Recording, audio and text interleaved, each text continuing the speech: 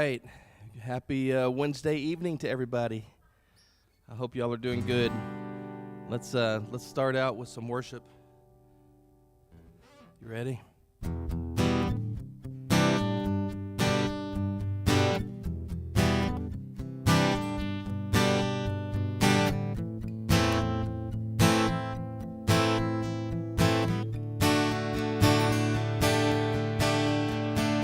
Water you turned into wine.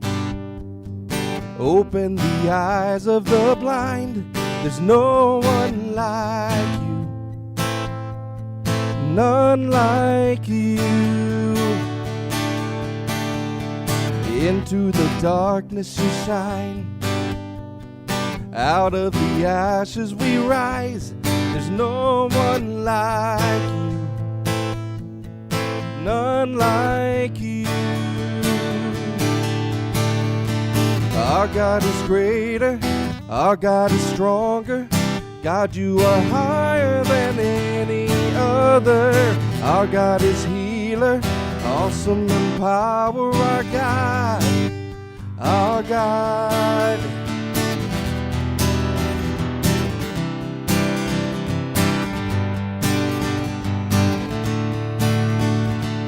Into the darkness you shine. Out of the ashes we rise. There's no one like you. None like you. Our God is greater. Our God is stronger. God, you are higher than any other. Our God is healer, awesome in power. Our God, our God. Our God is greater, our God is stronger. God, you are higher than any other. Our God is healer, awesome in power. Our God, our God. And if our God is for us, then who could ever stop us? And if our God is with us, then what could stand against? And if our God is for us, then who could ever stop us? And if our God is with us, then what could stand against?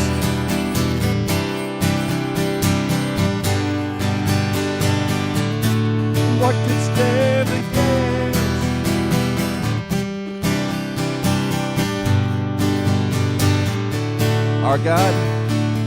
Our God is greater, our God is stronger. God, you are higher than any other.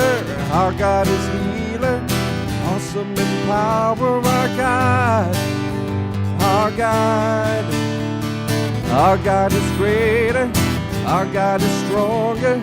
God, you are higher than any other. Our God is healer, awesome in power. Our God, oh our God. And if our God is for us, then who could ever stop us? And if our God is with us, then what could stand against? And if our God is for us, then who could ever stop us? And if our God is with us, then what could stand against?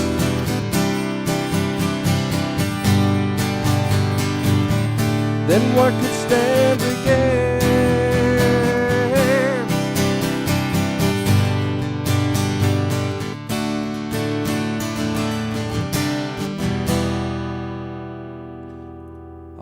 How's everybody doing tonight?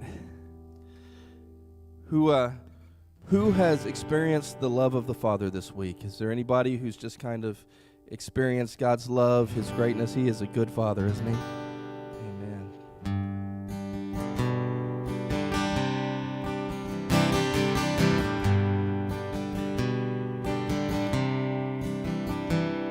Oh, I've heard 1,000 stories of what they think you're like, but I've heard the tender whispers of love in the dead of night, and you tell me that you're pleased and that I'm never alone.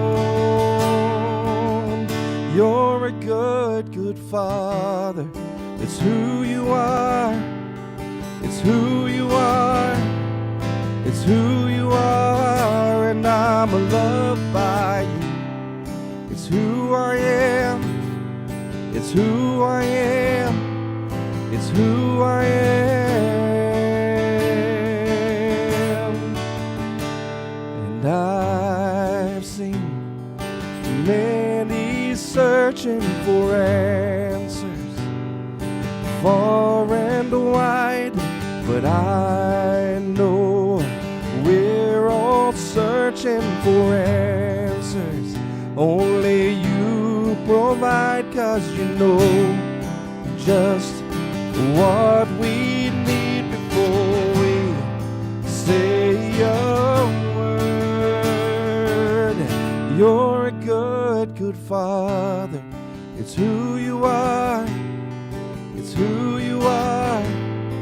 It's who you are, and I'm loved by you. It's who I am. It's who I am. It's who I am. You are perfect. You are perfect in all of your ways. You're perfect in all of your ways. You're perfect in all of your ways to us. Yes, you are perfect in all of your ways. You're perfect in all of your ways. You're perfect in all of your ways to us.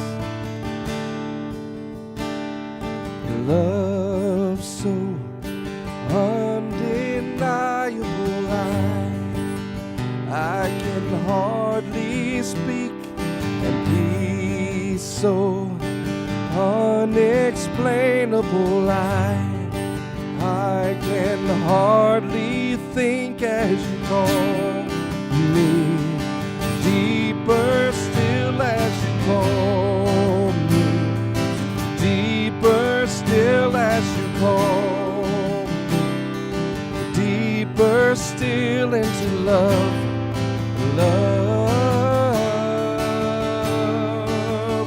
You're a good, good Father. It's who you are. It's who you are. It's who you are, and I'm loved by you. It's who I am. It's who I am. It's who I am. You're a good, good Father.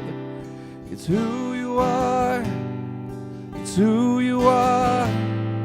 It's who you are, and I'm loved by you. It's who I am. It's who I am. It's who I am. Let's sing that bridge one more time. You're perfect. You're perfect in all of your ways. You're perfect in all of your ways. You're perfect in all of your ways to us. You are perfect in all of your ways. You're perfect in all of your ways. You're perfect in all of your ways to us.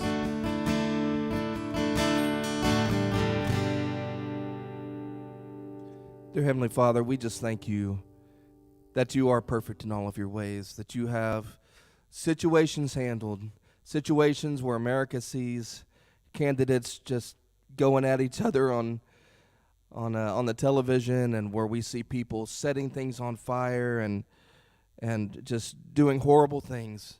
You're in control. You know what's happening.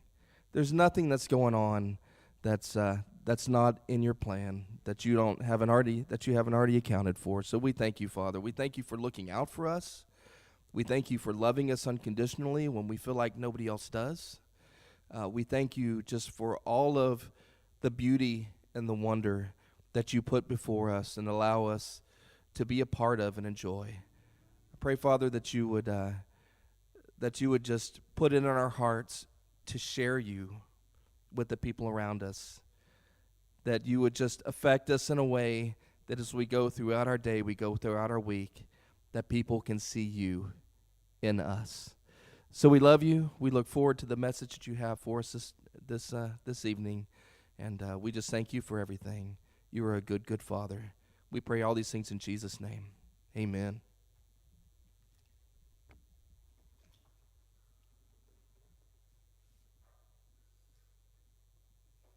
All right. Well, welcome to Wednesday night. There's no debating going on here, so you're free. You should be in good hands. I think we saw enough of that nonsense last night. So if you watched it, what a train wreck.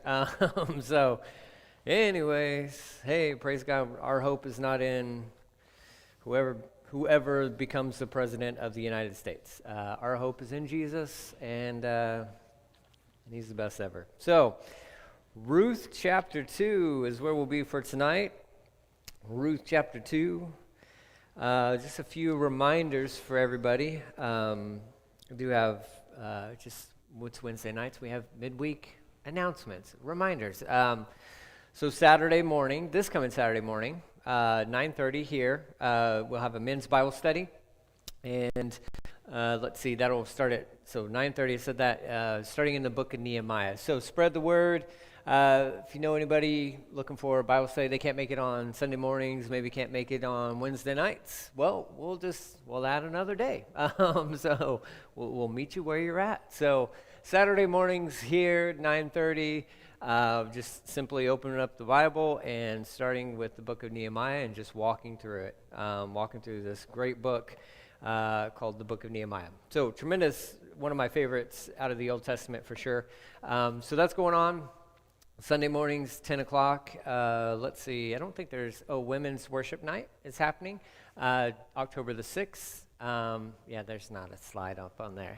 There's a slide, but it doesn't have any dates or anything on it. So, that's my day today. October the 6th, I believe, that's a Tuesday night, 7 o'clock, here at the church, prayer and worship night, okay? So, I will say, just off the heels of that, it is possible to have multiple people in this room for a prayer and worship night, okay? Believe it or not, because Sunday night we had one. We didn't have one, but we hosted one for Coastal's college group. And there's like 30 college kids here. So it is possible to have that many people on a night or on a day other than a Sunday morning, okay? So just to encourage everybody for our women's praise and prayer night, Tuesday, 7 o'clock, show up. Maybe you know somebody who just, they just need that time of refreshment. Maybe they just need a time to be prayed for. Invite them, bring them. There's just, it's an easy thing in one sense. And maybe they just want to sing some songs. Let them know. So that's all going on. That's all happening. Good stuff that's going on here at Calvary Galveston. And we find ourselves in the book of Ruth. And last week, I think we had a good time going through this chapter 1. I enjoyed it because the book of Ruth is a fun book for me. I love it. I love the story. I love all the characters. I love the setting. I love all that good stuff. So as a reminder, I want to show you some pictures. I got some pictures that I downloaded today. Some things went right in as far as things I was working on, and some things did not. But some of these pictures actually came through. So there's a map. I want to remind us geographically where we're at concerning this map. Somewhere it's coming. Boom, there you go. This is an enlarged map, okay? So you can see, maybe you can't, I don't know. But you have Jerusalem is here. I'm going to walk over here. I'll be out of the camera. They don't care. It's fine. Jerusalem's here. Bethlehem, just southwest of Jerusalem, not many miles away, okay? So Bethlehem is just southwest of Jerusalem. I can show you back here. just neighboring Jerusalem there. This is where our story takes place. It's in Bethlehem. Now, if you notice, if you go directly kind of like southeast of Bethlehem, you see the Salt Sea. That's the Dead Sea. Okay, another name for it's the Salt Sea.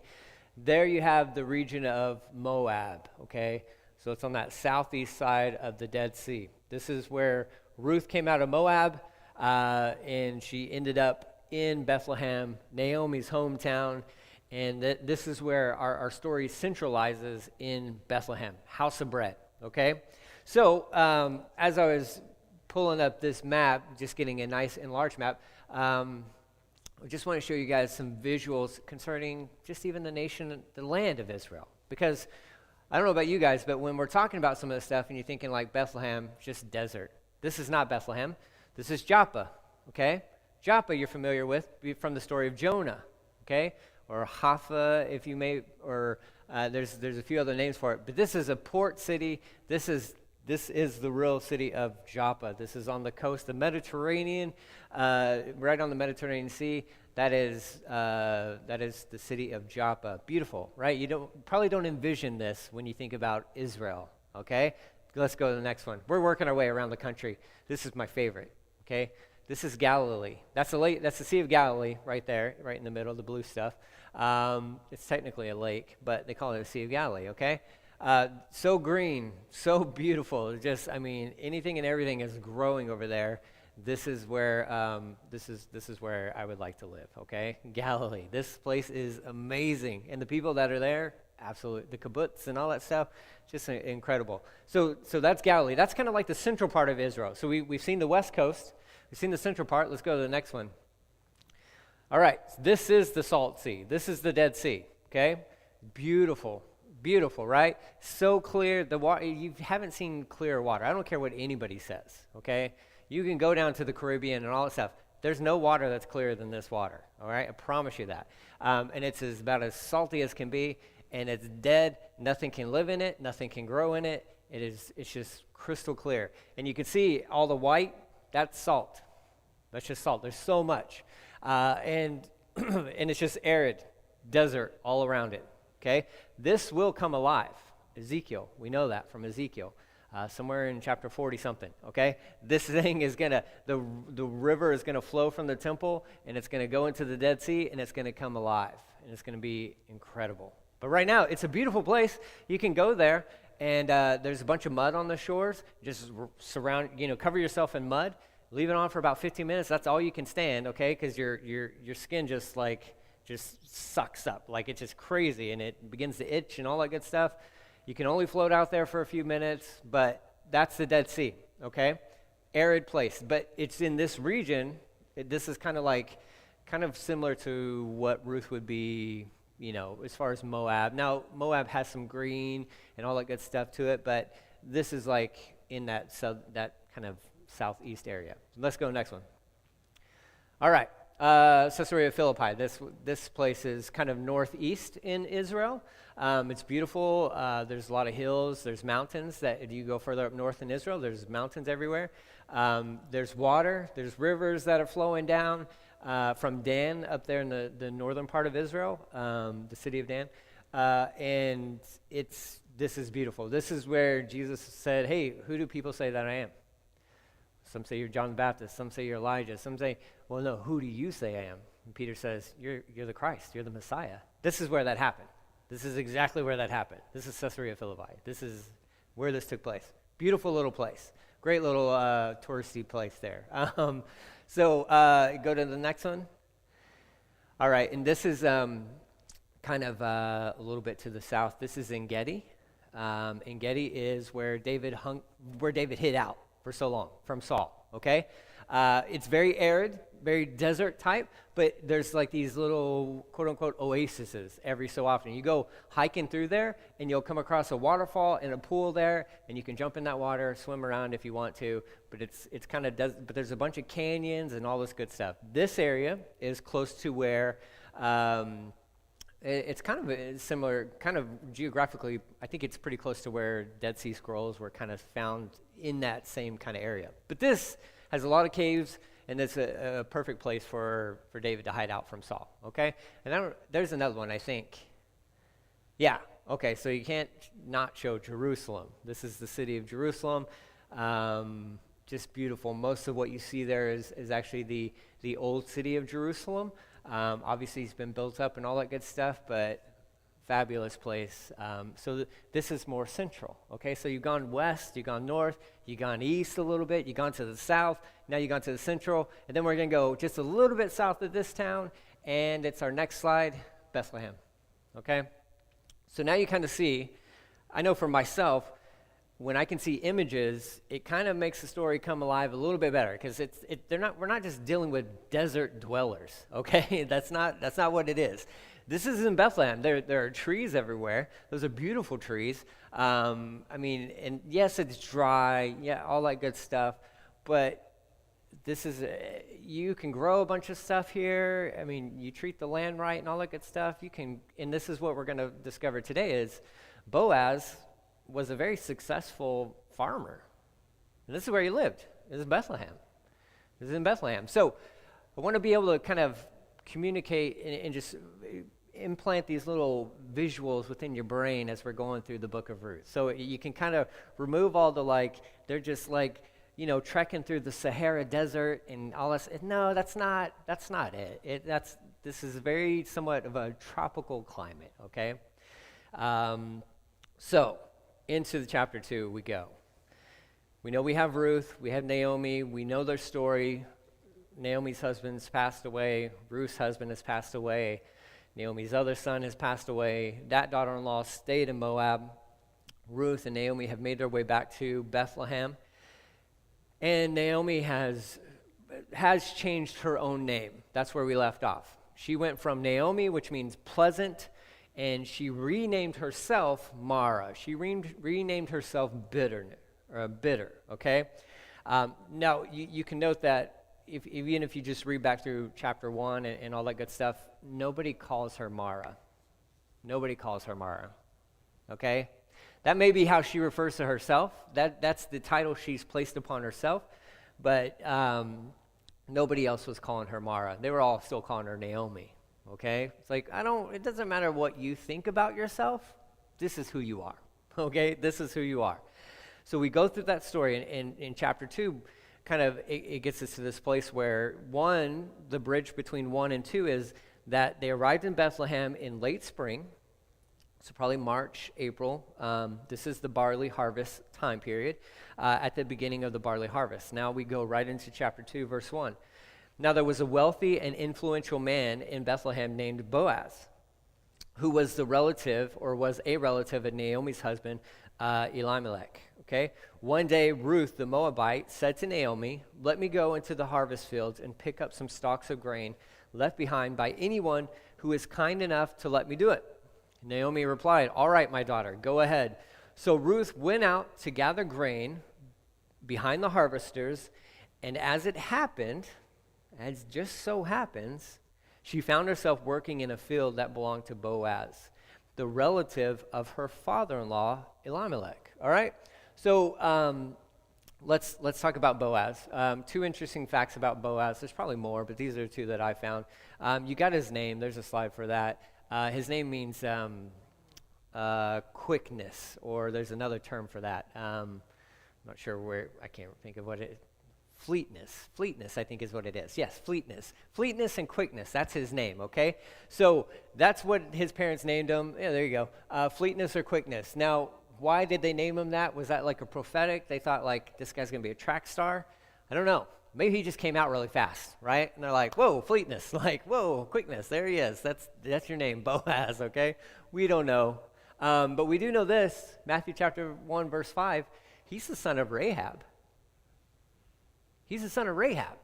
That's pretty major. That's pretty incredible, okay? So if you're tracking through the genealogy, so who was Rahab? Well, was she not the prostitute in Jericho that was saved, her and her family, from the destruction of Jericho? And she found her way, through the grace of God, into the genealogy of Jesus. Well, that's pretty amazing. That's pretty crazy. And then here's Boaz continuing on that line.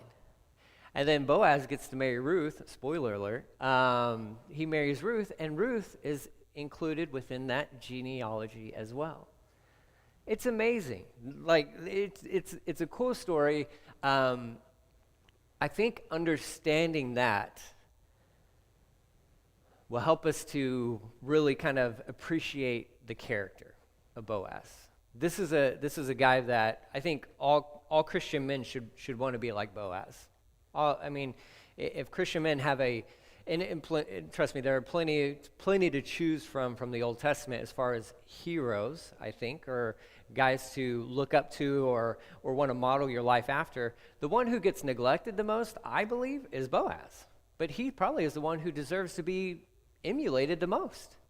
Like, he's a good dude. He's just a good guy. Not what he was never king. He didn't need to be king. He didn't need to be a king. That didn't matter. Well, he wasn't a prophet. Doesn't matter. He wasn't a priest. Who cares? He's just a farmer. Yeah, right.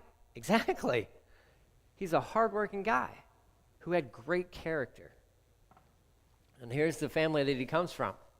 It's incredible. So we jump back into the story. So we get a little heads up concerning Boaz. And Ruth goes out and she is understanding of what the rule was in Israel. Okay? So if you have a widow or you have individuals who are not able to, maybe the husband dies. The husband passes away and you're left all on your own. Maybe there's a divorce that happens. Your husband just ups and leaves you.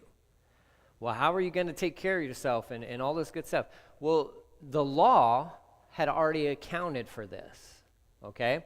So there's a cross-reference in Leviticus. Leviticus 19, 9 through 10 says this: when you harvest the crops of your land, do not harvest the grain along the edges of your field, and do not pick up what the harvesters drop. It is the same with your grape crop. Do not strip every last branch of grapes from the vines, and do not pick up the grapes that fall to the ground. Leave them for the poor and the foreigners living among you. I am the Lord your God. Leviticus 19, 9 through 10. See, the law had already accounted for this. This is somewhat of the welfare system in Israel, and this is a brilliant plan. It makes a lot of sense. So there's Naomi, there's Ruth. Ruth is aware of this law. She's aware of, what has been made available to her and Naomi in their situation. But here's the thing. It takes action. It takes activity. It takes a step. Well, somebody's got to go to the fields. Yes, the food is there. Yes, it's been allowed for you. Yes, you can freely partake of it, but you have to go get it. I love it. That's a great idea. That's a great idea. And, there's nothing to say. Naomi could have joined in Ruth. There's nothing to say that she couldn't have, but Ruth was like, I'll go get the food. I'll go get the food. That's a brilliant plan. That's a great one. If you can get up and if you can go to the field, go. Go. Right? It would have been a whole nother story, and Boaz, this whole thing may have turned in a whole different direction if Ruth and Naomi are just sitting around, lounging in the house, thinking like, hey, who's going to bring me this food? No, you go get it. Well, no, but you don't understand. I said, no. Can you get up and go get it? Then go get it. Yeah, that's how it should be. That's how it should be. If you're not able to physically, well, then somebody can probably help you out. That was another part of this. If they couldn't physically go and do it, well, there was allowances that was put into place for some of that stuff too. Neighbors would take care of neighbors. People would take care of people. But there was no you just sit around and people did everything for you. That's nonsense. If you can get up and you can go to the field, well, then what are you doing? Go do it, right? I think America could learn a lot from this lesson. We got a broke system. We got a really broke system. And I don't have any good ideas because that's not my field. But I do know this. The reason this law was put into place, here's the brilliance of it. you ingrain a sense of pride in these individuals. They don't feel worthless. You always hand out, and you always give, and you always give. There's no pride in going out and accomplishing something. This is why we love GUM, Galveston Urban Ministries, because they're continually training their people up. And that when they do the Christmas store, everything is for sale. They don't give anything away. Why? Because those parents, and we've heard Josh talk about this before when he spoke, those parents, there's a sense of pride knowing that, man, I bought this. It's a discounted rate, but I bought this for my kids. There's a sense of accomplishment that goes along with that, and that's what we want. That's why this rule existed. And so that people can go there not feeling worthless, not feeling, like a burden. No, they can get out there and they can feel good about themselves because they worked for their food. They picked it up. They brought it home. And they separate the wheat from the chaff and all that good stuff. They did it all on their own. It's a brilliant plan.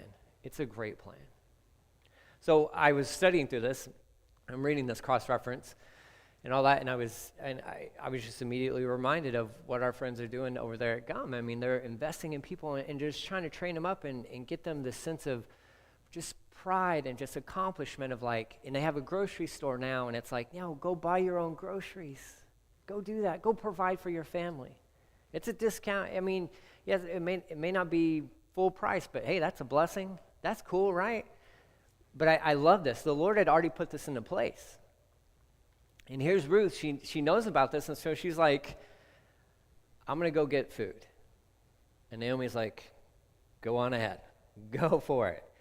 And it just so happens, right? This is found back in verse 3 there. It just so happens. I hope you understand that there's no coincidences, right? There's no it just so happened. No, she ended up in the field, more than likely, the very first field she came to. There's a reason she ended up in that field. That's where God wanted her to be. He has this divine arrangement already kind of working out, okay? She's going to be working in this field on the very day. Now, Boaz, more than likely, visits his fields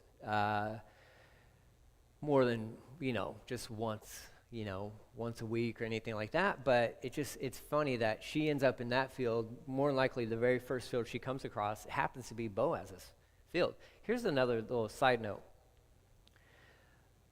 Boaz and Elimelech are related from the same family. And more than likely, they're from a family of somewhat of, prestige, because they own land. It's not just Boaz's land, and now he may be the sole owner of this land or whatever, but more than likely it was kind of a family dynamic. So the famine hits, Boaz doesn't run to Moab. Boaz stayed in Bethlehem. Things got tough. Boaz just rode out the storm. Elimelech took off. When the tough gets going, and he's like, oh, I'm out of here. There's no more bread in the house of bread. So it's just fascinating because what we know is when, at the end of chapter 1, when Naomi came back, everybody was still there, and they all survived. They all survived the famine. So it's one of those things that has you thinking well, should they have ever left to begin with? Maybe not. Well, then how would we have gotten to Ruth? Well, here's what I know. God knows how to get Ruth to Bethlehem. He knows how to do that. I'm not going to speculate or anything like that. I do find it interesting that from what we know, there was one family that left. There was one family that left, and only a quarter of that family essentially returned, plus Ruth. Okay? I don't know math that well, so I don't know what that percentage is, a fraction or anything, so I'm not even going to try. You can figure it out. But Naomi, her husband, and her 2 sons went to Moab, and Naomi returned with Ruth. Was she right? Should they have left? Should they have not? Should I have done this? Should I have left? Should I have not? Listen, just commit it to the Lord and say, Lord, I'm just going to trust you. that even if I am in the wrong spot, you know how to speak to my heart and get me to where I need to be. And if I am in the right spot, and it doesn't feel like the right spot, I know you know how to speak to my heart and to encourage me to weather the storm, to ride out the famine. Ride out the famine. And that would be one application point I would encourage all of us. Whether you're here, whether you're watching online or listening to this many years down the road, whenever we get to Ruth, I don't know the radio schedule, but we could always bump it up. But ride out the famine. Just ride it out, okay? Don't go searching for greener grass somewhere else. Just ride it out, okay? So Boaz, he's going to visit his field, and we're going to start to get a little, some glimpses into his character, all right? So look at verse 4. While she was there, Ruth, Boaz arrived from Bethlehem, so obviously his field and land is outside of Bethlehem. So he arrives from Bethlehem and greeted the harvesters. "The Lord be with you," he said. And the harvesters replied, "The Lord bless you." This is an insight into the character of Boaz, a good guy and a great boss. What we can walk away from with this is this. Anytime he showed up on the job site, he greeted these guys this way. And it's almost like a blessing. He's pronouncing like a blessing on all his workers, right? "The Lord be with you. The Lord be with you." And they loved him, because if they didn't love him, they wouldn't have responded back with this.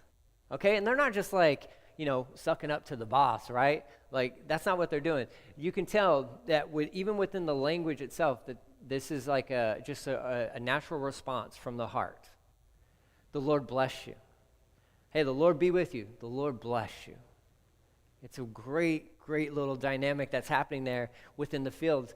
Boaz was a good guy. He just was a good guy. He was a great boss. He knew, you can just tell, he knew how to take care of his employees. And it's amazing. And he's there with them. And not only is he just there with them, he's not there to just kind of show up and make sure they're not like, goofing around or anything like that. He's going to spend the day with these guys. He's like with them. It's funny is, he's going through this normal probably routine for him. Hey, Lord be with you guys. Hey, Boaz, the Lord bless you, and all that stuff. He's got his, thermos of coffee and all that good stuff, and just checking out things. And he's like, "Whoa, hold on.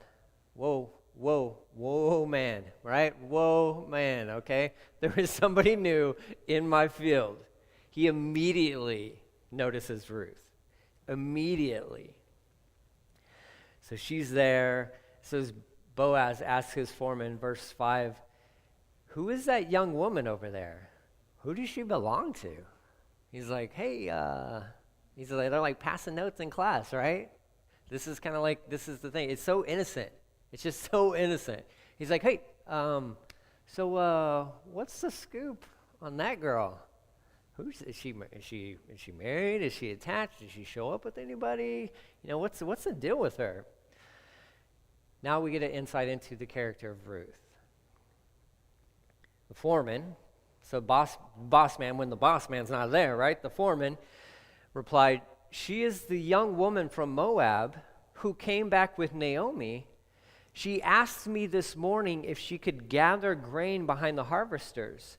She has been hard at work ever since, except for a few minutes rest in the shelter." This is amazing because of the simple fact. Ruth shows up and she has the legal right to go into any field she wants to and pick up grain from any field that she wants to. She does not have to ask permission. She legally has the right to go and collect grain. But that's not who she is. She is, I believe, divinely led to this field, and she sees the foreman, and she approaches the foreman. It's never told of this, we don't have her saying like, "Yeah, I made sure I asked him," or anything. This is the foreman bragging about Ruth. He's like, "Yeah, she showed up, and she asked me if she could gather grain." Like, who does that? Nobody does that. We're used to them just showing up and demanding grain, right? Like, "Give me my free grain." He's like, "No, she actually showed up and she asked if it was okay if she picked up grain from your field." just highlighting just the character of Ruth and the respectfulness of Ruth. She's been hard at work ever since. She takes a few breaks here and there because she's, you work smarter, not harder, right? Like you remember, I mean, this is kind of a, right at this point in time, within that time of the year, I mean, the weather's pretty nice, but it can get warm, and so she takes a break here and there, but she's a hard worker. She's probably putting everybody else to shame. And Boaz was taking notice of this. Verse 8, Boaz went over and said to Ruth, "Listen, my daughter, stay right here with us when you gather grain. Do not go to any other fields. Stay right behind the young women working in my field. See which part of the field they are harvesting, and then follow them. I have warned the young men not to treat you roughly. And when you are thirsty, help yourself to the water they have drawn from the well." So here's Boaz. He hears this report. He goes and he talks to Ruth, and he's like, "Hey, listen, Ruth, you are perfectly fine to stay right where you're at." And he doesn't just for anybody else that had shown up, he may have just been like, "Okay, well, hey, that's cool. So I'm just going to go take care of some other business, and I got some paperwork I got to do and all that good stuff." No, he's like, "I've got a personal invested interest in this lady, and now I have an open door to go and talk to her." And so he's going to take advantage of that. And he's like, "Hey, Ruth, hey, how's it going? Name's Boaz. I own this field," right? Like, you are more than welcome to stay here. In fact, I don't want you going anywhere else. Please stay here. Please, you just made my day a whole lot easier and a whole lot better, right? Like, he's like, "Stay here. Follow the young ladies." He's like, "I've already talked to all these young guys. I've already talked to all these knuckleheads, and I said, listen, keep your distance. Don't mess with Ruth. Don't you mess with her." So she has protection. She's been invited in. She gets to, and he even offers to her to share in the water that they draw up. Like, these are big deals. And it's going to get even more, just his hospitality is just going to increase even more so. So her response to him is she fell at his feet, she thanked him warmly. And she says, "What have I done to deserve such kindness? I am only a foreigner." And Boaz says, "Yes, I know, but I also know about everything you have done for your mother-in-law, Naomi, since the death of your husband. I have heard how you left your father and mother and your own land to live here among complete strangers. May the Lord, the God of Israel, under whose wings you have come to take refuge, reward you fully for what you have done." So he recounts to her what everybody else has been noticing about her, and the story that, she doesn't have to say anything. And that's the thing. That's the thing about character. You don't have to go and prove to people through your talk of the character that you have. It'll come out, and people will take note of that. And so he's like, "Listen, I've heard the story, and the reason why I'm being overly generous to you is because I respect what you've done." And this is what's beautiful about this. The law said this, and Boaz comes along, and he goes above and beyond what the law says. Welcome to grace, right? That's grace. Boaz is like, "I know what the law says, but I'm going to go one step beyond that. You can pick up the grain, you can help yourself to all the grain that you want, but I'll take it even further. Help yourself to the water. Help yourself to the water. Enjoy complete protection and safety when you're in my field." It's really cool. Like, this is grace upon grace. This is this is just, again, it's an indication of just the character of Boaz. Just the character of Boaz. And clearly he's a good model in one sense for Jesus. And we would be Ruth. We are especially I think within this room, we are the Gentiles. We're the foreigners. And here's this man, this kindly gentleman who goes above and beyond. I know the law says this, but we're going to go above and beyond that. Yeah, help yourself to the grain. Help yourself to as much barley as you want. Oh, by the way, help yourself to as much water as you want. And then it goes even further than that. She replies back to, just the things that he just recounted to her. She says, I hope I continue to please you, sir. She replied, you have comforted me by speaking so kindly to me, even though I'm not one of your workers. Verse 14.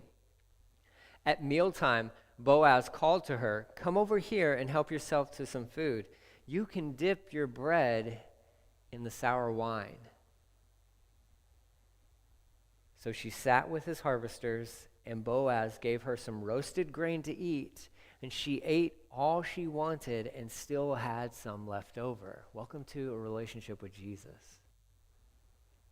Isn't that incredible? That is so intimate. I hope we don't miss this, because our tendency is, as Westerners, is like, oh, well, so he just invited her to her, to his lunch table, right? He and his people were eating lunch over here, and he just welcomed. No, he went beyond that. He let this Gentile woman come and not only sit at the table, but they broke bread together. She was able to dip into, the ranch dressing, right? As Texans, we understand that, right? We're like, sour wine, ranch dressing. Just, does that help? Balsamic vinegar and, a little olive oil, that's good stuff. She got to dip in the same bowl that they were dipping in.